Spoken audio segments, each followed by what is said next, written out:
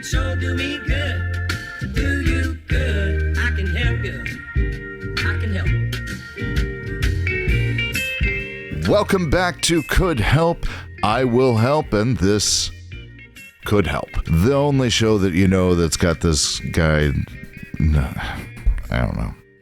It's late. It's late for me. It's late, and what sucks is that late for me now is 8 o'clock at night. That means I have to be in bed in 2 hours. I have to get up at 4:30 in the morning, so that is my life now. It's weird because before that I was going to bed at like 5:30 in the morning. Maybe I could say Will is my middle name and have the first name like Ingram. So I could have it, I will help. I've got to turn off. I have a big monitor behind me.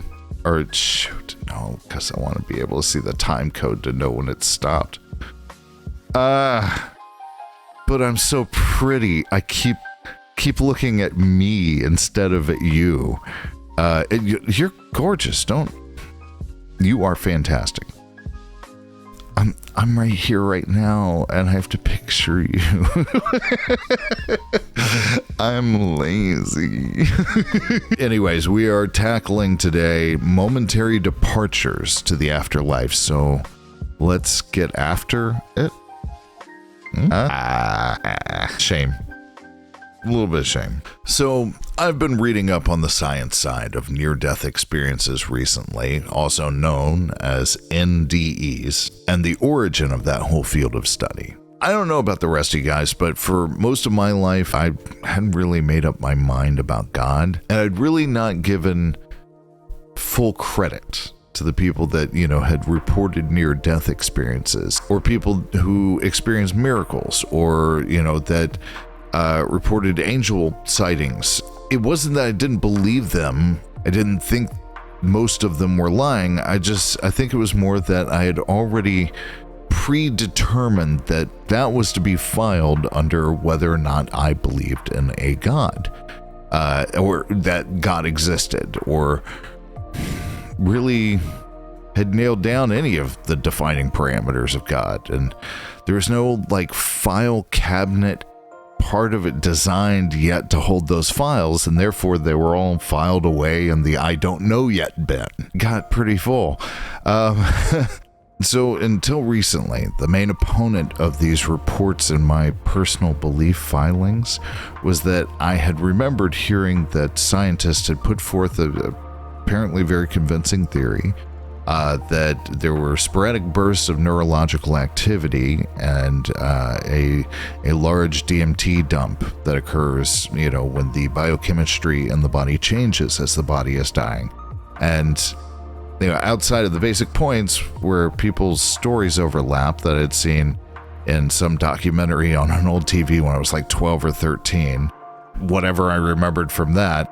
And then the tropes that we all heard in, media, television, movies, everybody's seen somebody who dies momentarily, comes back. It's expected in Hollywood at this point. I didn't have much, to go off of, and I really never noticed, but then nobody really talked about it happening. That was not a subject that came up a lot in the 60s or the 50s or the 40s. It's only in the later 1900s that we see these arrive for the first time. And I mean, look at us now. Everybody in pretty much the world, I would assume, has heard of a near-death experience or something that goes along with it, floating up to the ceiling, watching the people around you work to revive you, going to a bright light or tunnel, seeing a loved one, or meeting Jesus Christ or God themselves. We've all heard or seen these things in countless movies and such that we've watched or read, right? It's saturated. So near-death experiences, and this actually surprised me to learn this, they really only got to be a household name in the 1980s. And the term was never really heard of before 1975, which was when the term was coined in a book called Life After Life. Its author at the time of writing the book was he was an MD with PhDs in philosophy and psychology. His name was Raymond Moody. But that was in like 1975 when he published the book. 10 years before that, as an undergrad, he meets this guy, Dr. George Ritchie. I have important names written off to the side. So Dr. Ritchie is a professor of psychiatry who tells him about this 9-minute experience he had where his body was dead, and Raymond Moody soon after heard another account. And he would end up spending the next 10 years of his life researching others who had similar experiences, and ended up tracking down over 150 people who had experienced a very similar thing to what George did. And so he named the phenomenon near-death experience in his published findings, which is, it's not a very good name for it. The fact that nearly all of these cases were the result of clinical death, it's kind of a misleading name. They didn't go near it, they passed straight through it and out the other side. So, bad name, Moody. I'm sorry. It's not a great name. Whatever. We're not going to kick him while he's down. I think, no, he's still alive. Raymond Moody? Let us check. Okay, so he's alive. He's 74 years old today. And apparently, in 1991, he's stating that he had his own first near-death experience. He attempted suicide. Wow, I did not know that. I might add a little bit in here. He didn't. All of that aside, though, why was it that nobody had heard of this concept? Like, even if it didn't have a name, people die all the time, right? Without near-death experiences being public, like media knowledge, people who experience them, that would be, you'd be talking about it without precedence. Like, most likely whoever's hearing this is hearing this concept, not just them talking about their experience, but the concept that this is an experience that could be had for the first time. And several of the people that Moody spoke to stress this. They wouldn't offer the information. They wouldn't come forward and say, hey, I've had this experience. But if someone asked them about it, they loved sharing this wonderful experience with them. And can you blame them for keeping it quiet? Let's be fair. 40s, 50s, 60s, not exactly the rock star years with diagnosing and dealing with mental illness. Electroconvulsive therapy was still popular in the 60s and 70s. So we have all this working against people coming out and speaking. And at the same time, around the 70s, we were getting a lot better at bringing people back who had technically died. It's interesting to note that it was the early 1970s that the defibrillators started showing up in the average hospital, as they were finally able to become, portable enough to be feasible. And we have Northern Irish professor and cardiologist James Frank Partridge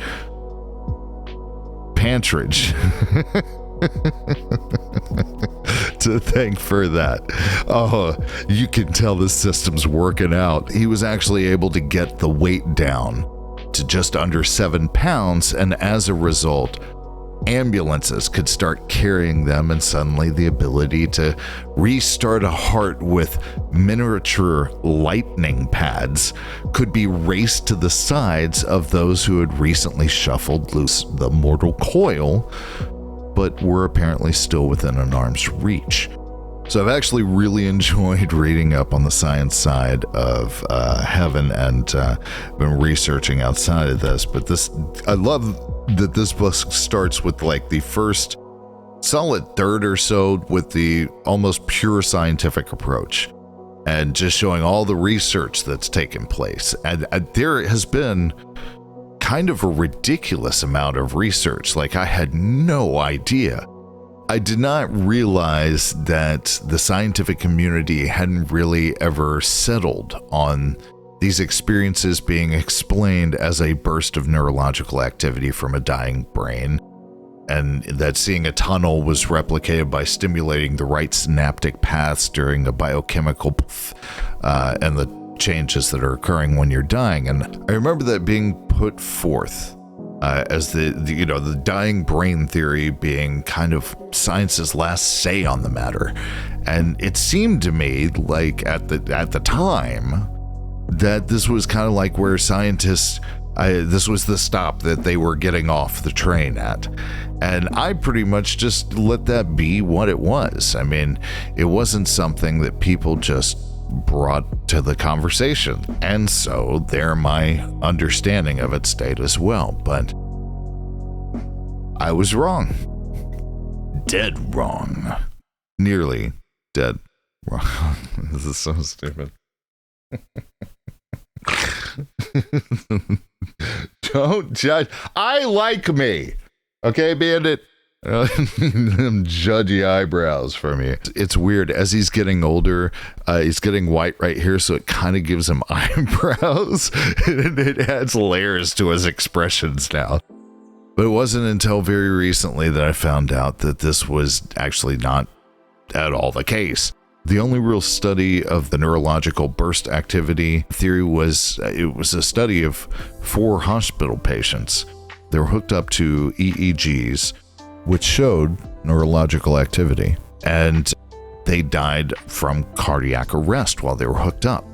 And 2 of the patients had their heart rates increase, as well as showed an increase in gamma wave activity, which is the fastest brain activity. But here's the thing. Number 1, 4-person sample size. That's you need more people for a study. Number 2, there were 4 people that were hooked up. 2 of them showed this burst of gamma wave activity and an increase in heart rate simultaneously right before they died. But again, here's the thing. I'm guessing some of you have already figured out what I'm about to say. If your heart rate,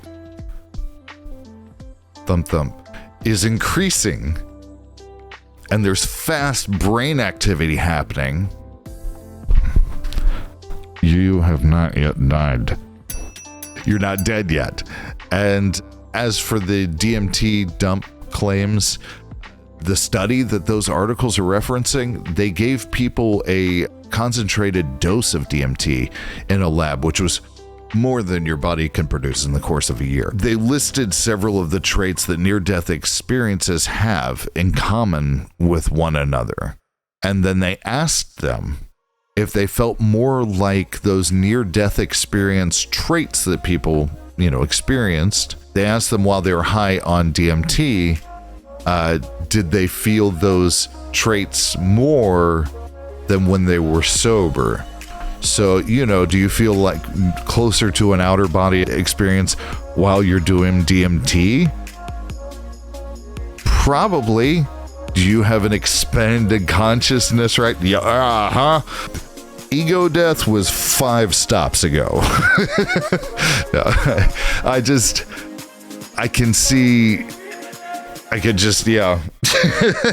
not to mention, sorry, but not to mention that the amount of DMT that was produced in our bodies is so small that in order to result in a complete dissociative hallucination, the dose would have to be so high that the pineal would have to suddenly produce and distribute more DMT than it has in total over the course of your life, your entire life.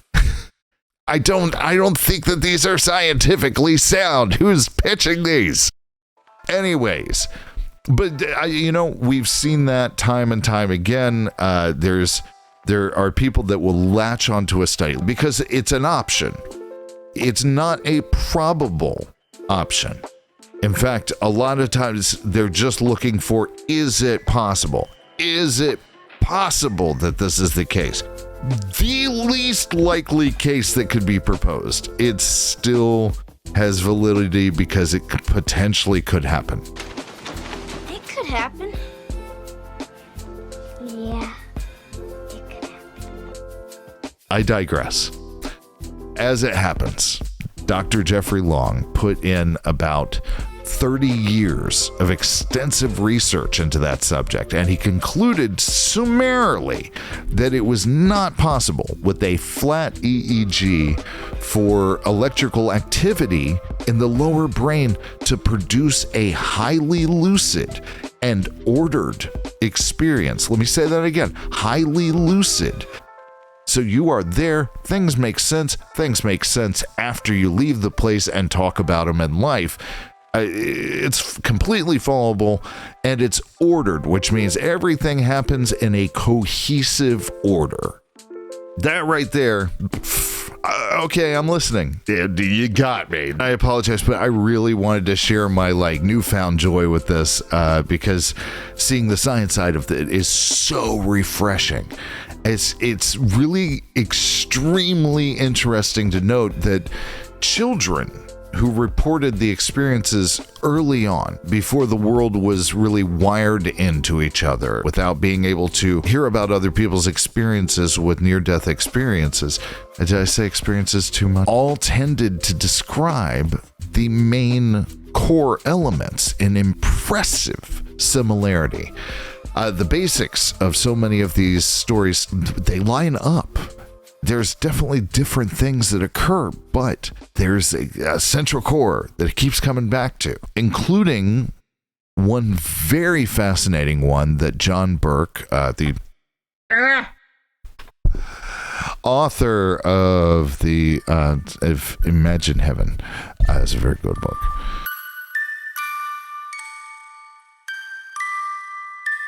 But he points out that children who have had near-death experiences before they have a concept of life or death,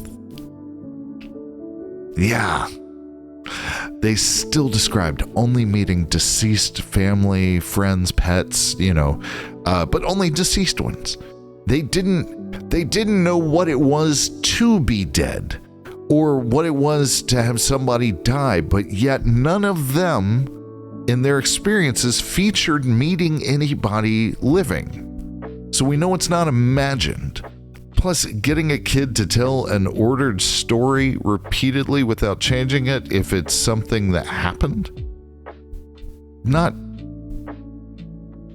Actually probably pretty difficult. But people also of their near-death experiences report feeling as if the memory is somehow more real, more tangible. It doesn't fade. Years and years and years and years later, it's still a crisp memory for them. And that's really cool too. So over the years, Dr. Long performed a study of 1,300 participants. Each one of them had confirmed died and come back with a story to tell. So he took the data from all these reports and found 12 elements that reoccurred with a frequency that was really telling to the authenticity of the reports. So, number one, an out-of-body experience, some kind of separation between consciousness and the physical body. 75.4% reported that. We have number two, the heightened senses, more conscious and alert than normal. A lot of people actually talk about being able to see something like tens or hundreds of miles away, but just zoom in. Like you're there, just all of a sudden, and they're able to see it. They could look at somebody and know what they were thinking. There was, and they just felt good all over. Their sense of touch, their sense of taste, their sense of smell, They were smelling and seeing and feeling all these things that you could not see or feel as a human being with our limited senses. 74.4% on the senses. Number 3 was intense and generally positive emotions and feelings, including an incredible peace. That was 76.2%. We have number 4, which is passing through a passageway, usually enclosed like a tunnel. That was 33.8%. We have number 5, which is encountering a mythical or bright light entity. So that was 64.6%. We have number 7, which is a sense of alteration to time or space, like zipping around at the speed of thought or teleporting. That was 60.5%. Of 1,300 studies that were mostly put together before it was a mad media phenomenon. It's just mind-blowing. If this was a study for anything else that we could physically further test and prove, we would consider this the front-running theory. Like this, so much of it lines up, that would be, yes, statistically viable. For number 8, we have getting some kind of life review, where they lay out your whole life all at once and you can see every part of it all at once, and you have the ability to concentrate on literally all of it all at once. So only about 22.2%, still a significant statistic, but only 22.2% got that. So I guess the ones that needed that got that. And then you have number 9, which is encountering otherworldly realms, going to heaven, going to hell, going wherever you go. That's going to be 52.2%. And then we have number 10, which is encountering or learning special knowledge, such as things that were happening in the physical world while they were brain dead, and they had no way of knowing or recording the memory. That was 56%, y'all. That's ridiculous. So second to last of our 12 is going to be encountering some kind of boundary or barrier that they could not go past, which I have to say I got a bit of a thrill when I was reading that. That plugs right into my we are not allowed to know theory. 31%. I don't know why I said that one like that, but you have it now. And number 12, of course, is returning to the body, which that's going to be 100%, obviously, because you can't really get the near part and near-death experience without it. So many people described their spiritual afterlife bodies, and I've thought a lot about them, how their true form, they felt like themselves for the first time, the form that is truly them. They could fly and they'd float and they would simply pass through walls and travel on a thought vast distances and were surrounded by light and love. And I think about how unrestricted those bodies are compared to the fleshy vehicles that we drive around, Its brain, with its computational amazements, still shortfallings that can't view more than a memory or two at a time, much less an entire lifetime and focus on all of it at once. The skin suit that we have is something that the spiritual body has to keep alive. It has to nurture it, despite the fact that it's surrounded by potential life-stopping constants. Fortunately, it has this handy-dandy brain that is really good at latching on creating a predictable life, but, watch the rest of the series if you want to hear about that. But this means that we can't zip around to wherever we want on a thought. We have mass, so gravity and air friction are a thing. And that spiritual body could go flying through space on a thought if it wanted to, while our flesh bodies would require a constant and abundant amount of oxygen intake at all times not to go into full system shutdown. Space is very cold, and if we put these bodies outside of a very small window of too much or too little heat energy, it either cooks and injures or freezes and stops that meat vehicle. That your spirit, your consciousness, your soul, afterlife body, that it would choose to take on these caveats, these handicaps on a level of Harrison Bergeron's, for you Vonnegut fans, and that it's only on the day that the vehicle finally breaks down for good and falls for good, that it breaks out of its restraints and unshackles from all the rules and the conditions of our physical realm. Our body auto-ejects the pilot, which, is now just that core body, one that is saturated in light and love.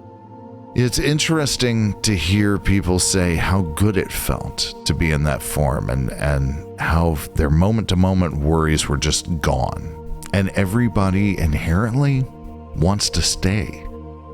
That's one of the things that lines up across so many of the momentarily departed's accounts, is that the reason they chose to return is never because they want to go back themselves.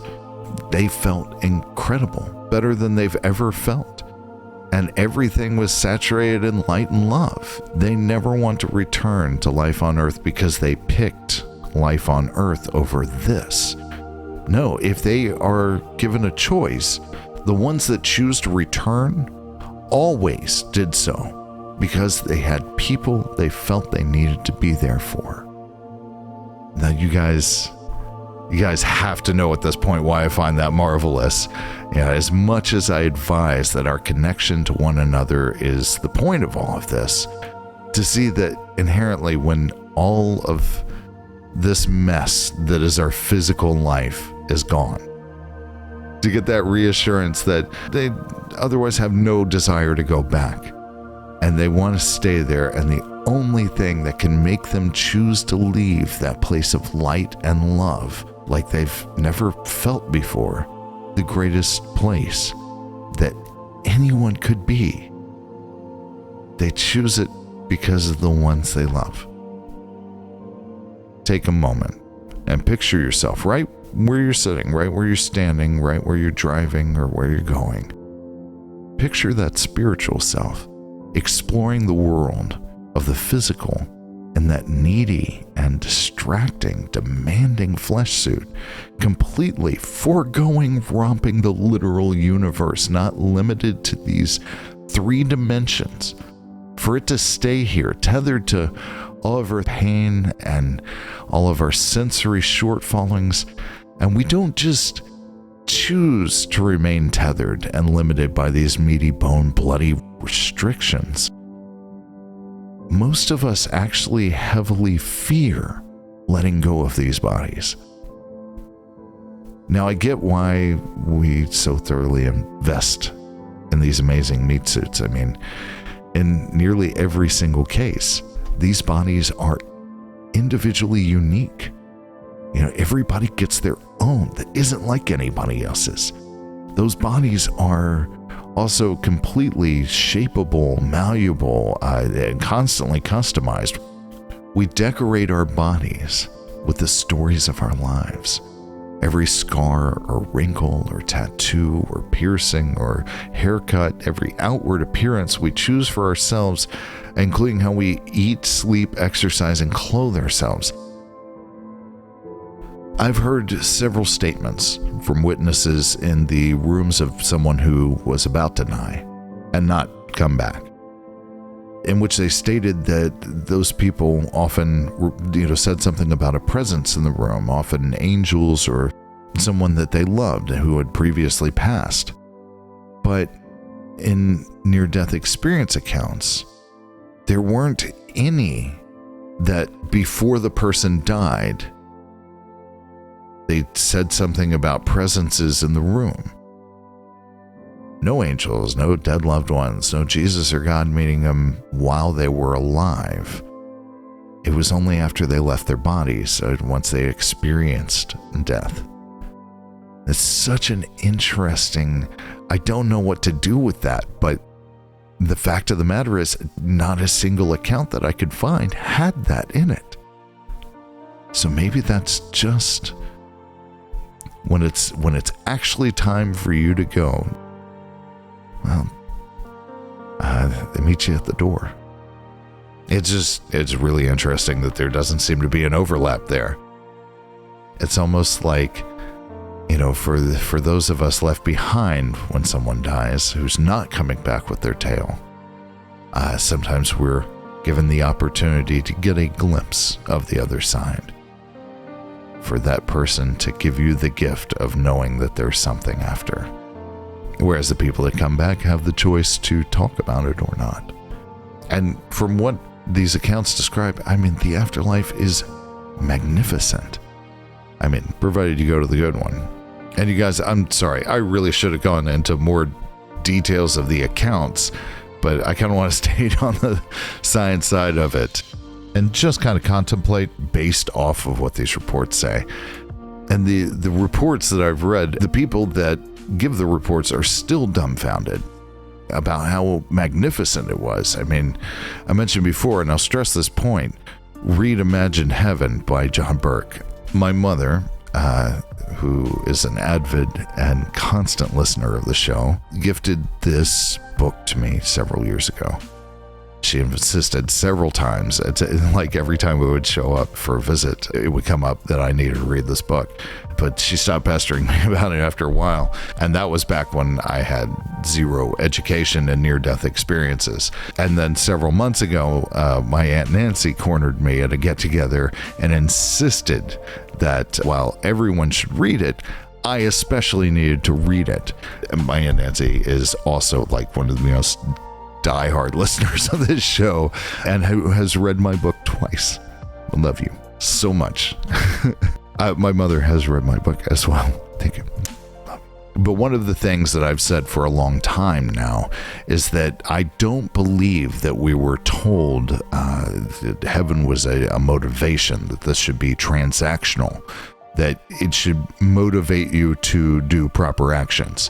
I don't believe Christ told us, quote, be good so that you can go to heaven. It's something that I hear quite a lot of the time, and I've seen it dangled from quite a few sticks and places of the carrot, and I'm sure we all have. You do this to get that. You'd be surprised at just how many people think that good deeds are contributing to the admission fee. That's got to be worth some points up there as they do something for somebody else. And I feel like that might not be why he was telling us about that. You should be kind to one another because that is the right thing to do. I believe the real reason he spoke to us about heaven was so that we wouldn't fear the consequence of death. And likely that's why we get these stories when people come back, that even though their brain and their memory recording was technically turned off, they're coming back with these experiences, these memories. That should be impossible. That should not be possible. That really shouldn't be. How did it record? Whatever. They came back, they've got the memory. I would say that would be a pretty big miracle part of it, is just the fact that it recorded the memory somehow it's in there. There you go. But we get these little glimpses so that you don't be afraid to die for doing the right thing. Don't be afraid of anything for doing the right thing. And you got God looking out for you, but even the consequences, hey, get to go around the universe on a thought, feeling better than you ever have, in your truest self. Oh, and remember, the people that you love who have died, they're waiting for you. I believe it was his way of telling us not to fear doing the right thing, even if it looks like it would take you out of this plane of existence. After all fear comes from the fear of the unknown, and by telling us of heaven, not only does he dethrone that fear from death, which is, if there was ever a banner boy for the fear of the unknown, but it also reassures us of life through faith. It stacks up logically. Let's think about our decisions from this angle. Let's think about them as gifts that we give to God. And I think that one of the most crucial elements, if not the most crucial element of that gift that we're giving God with each of our decisions, is the intent behind it. Like, that's one of the most influential elements of it. It affects the taste of it, so to speak. And which gift do you think you would prefer if that's the case? The one where you remembered that there's a heaven and that you want to go there in time for you to make a kind or generous or helpful decision? Or, the one where you chose to help or be kind or to give because you care about them and you want for their happiness because you love them and because Jesus told you to love them, and that's what you're going to do, dadgummit. And you see the benefit in it. You are in that flow of life-affirming love. Feel like that latter one is going to be worth a lot more, and it's also easier to do. You don't have to deal with the internal turmoil of it. So, in summation, be good to them because you love them. Be good for them because, you want for their happiness and not because of what you get. And your after is going to be fantastic. And will help. You're the fantastic you, and eventually the unfathomably magnificent true you. Be sweet.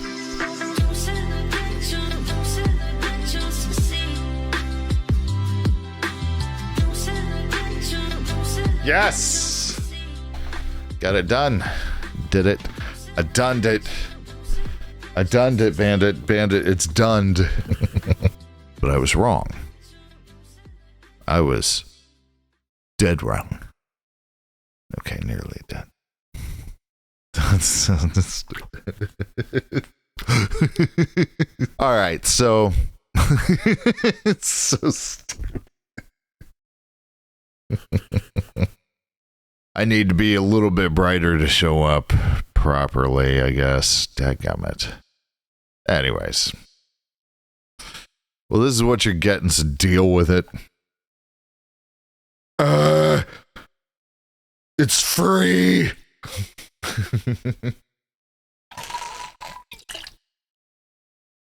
It's the one with the straw that runs all the way down to the bottom. I thought I had water in this thing. It's that kind of night. I miss my glasses. I don't like doing this without glasses. I'm handsomest with glasses. I want to show him your eyebrows. Yeah, I want to show him your. There's my hat. My hat. My hat can stop being cold. Oh, that is not a good look. Thank you, pal. All right. Show him your eyebrows.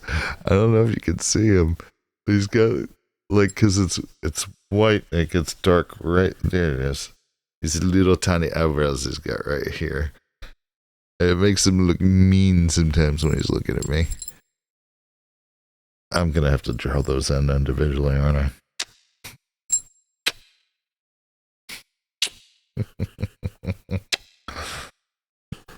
I think he was sleeping. Apologies. What's wrong, good boy?